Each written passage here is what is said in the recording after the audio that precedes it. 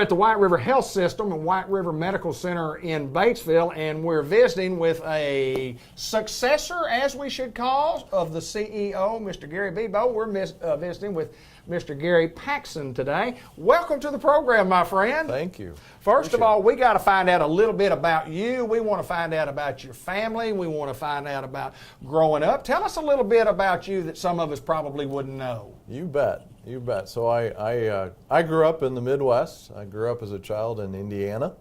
I met my beautiful wife in 1992, and we got married in 94 and lived in Illinois for 18 years prior to coming here. So I am a nurse by background. Okay. I worked in ER and ICU. As my wife put it, I was an adrenaline junkie for several years, and she thought I was crazy when I moved to a desk job, but it's worked out well. So she and I are blessed with three wonderful children. Bryce, our oldest, is 22 years old. Our daughter, Rebecca, middle child, 19, and then Benjamin, my youngest, is 15 years old, and just a wonderful family we're blessed to have. And so, nursing background, technical background, been in it all your life, and got to ask you this. Tell us a little bit about your educational training and where you went to college and so on and so forth, and how you got to where you are today. You bet. So I went to undergraduate. I graduated from St. Anthony College of Nursing. It was a hospital-based nursing program in Rockford, Illinois. Okay. Got my bachelor's degree right out of school. Went right into the hospital world, ICU, ER, and then so what happened is actually my third child was the impetus for me moving from bedside to the office world. I worked primarily second shift. Okay. And I always say I had an adult moment. When my wife told me we were having our third child, I'm like, I don't think my wife is going to appreciate taking care of three young children at night, putting them to bed while dad's at work. And so I had to find a day job. There you go. And so I actually entered, there was a job opening at the hospital I worked at for a nursing informatics position. I had no idea what that meant. Right. I researched it, and like you said, information is huge. And that was the beginning of opening my eyes to the business of healthcare. And there was not a department in the hospital that I didn't get a chance to interact with, and it just ignited a different passion for healthcare as a business, how I could impact patients' lives, not at the bedside, but at a broader level. And so as I did that, found a genuine passion for it, I decided I wanted to pursue a master's degree. Okay. And so I got my master's at Bellevue University out of Bellevue, Nebraska. And it was a hybrid of information systems management, but with a healthcare administration concentration.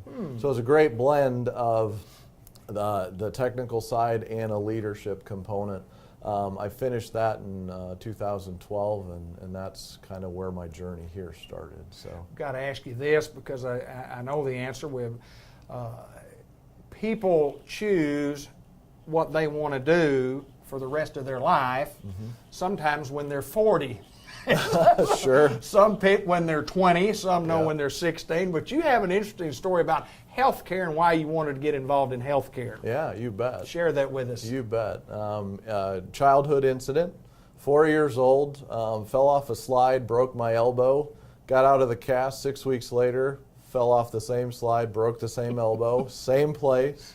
And it grew rather strange, and I had this rather strange deformity in my left elbow. And so 7 years old, we lived in a small town, had to make a trip to the big city, visit the orthopedic surgeon, had to have surgery, was admitted to the hospital for 3 days, something along those lines. And that whole experience just connected with me as a child, and I wanted to be in healthcare. I didn't know really in what, I just knew I wanted to be there where I could make a difference and help people. And I never turned back ever since. Ever since a child, I've always had the direction of healthcare.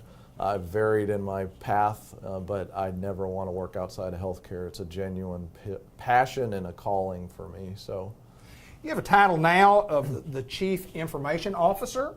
You're going to the Chief Executive Officer. Yes, sir. And kind of replacing Mr. Bebo. He has agreed to stay on with us as an advisory type role for Correct. a year. Yep. Tell us kind of the differences and what your responsibilities are now and what they're going to change to. Sure. Because they go from one particular area of information, which is every area, to every area. Right. Right.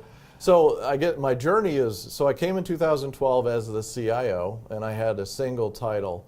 In 2015, my title changed to Chief Quality Officer, and it was actually, I remember Gary and I having a conversation about, here we have, I'm a nurse by background, I have the knowledge of how to get the information out of the system and enhance documentation for clinicians, and how could we take that to make information to make our outcomes better for our patients. And so when I did that, I started to take on more responsibility, looking at our quality, how is our patient satisfaction, metrics that we look at that Medicare and Sure. the state holds you accountable to.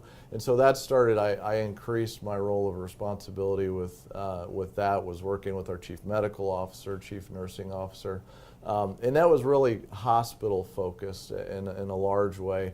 And so now moving to the CEO role for the health system, it is literally all of our entities, our clinic division, Stone County Medical Center, Sure. all of Cherokee Village, obviously the Newport complex, and so genuine honor to take that. Gary Bebo's done a great job of providing a fantastic infrastructure for our health system, and it's an honor to take that going forward. And Absolutely, yeah. 28 years and retiring, but like we say, going to stay on. And Yeah. healthcare is changing. It changes on a daily basis, and there's some adjusting to do in the future. And Absolutely.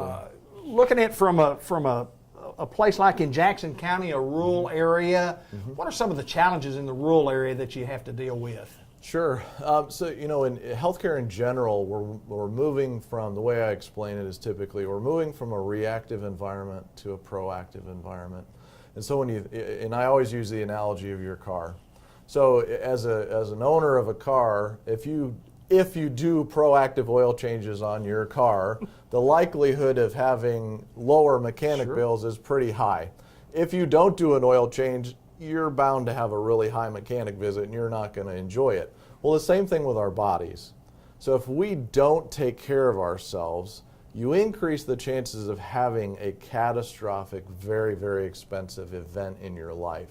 And so as you look at Jackson County and other portions of our market area in those rural areas, one, it's about presence and availability of healthcare services. So in order to have proactive care, you need the providers there that you can go to. Sure. Not just when, oh man, I don't feel good. It's, I want the best quality of life I can. I want to go on a regular visit. Are the people there that I can visit with, and then if I need something beyond their capabilities, they have the connections to get me where I need to be. And so for us, as we look at our market area in Newport in particular, we've Sure. invested a lot in the Newport complex. Absolutely. We're proud of that facility and what we've expanded. And we want to be able to provide as many services as we can to that community so that they can access that preventative type care to get the best health they can out of their life and enjoy life to its fullest. Well, there's no doubt you're motivated, and I know you're looking forward to the challenge that come with the promotion to CEO. And there's no doubt you're working for a great organization, White River Health System. And let me ask you this before we get off the air here: what does Gary Paxson do for relief time, for relaxation time, for hobby time? What do you do in your spare time? Well, good question. Most of it's around family. One of my favorite downtime is quite simply sitting on my tractor and mowing my lawn.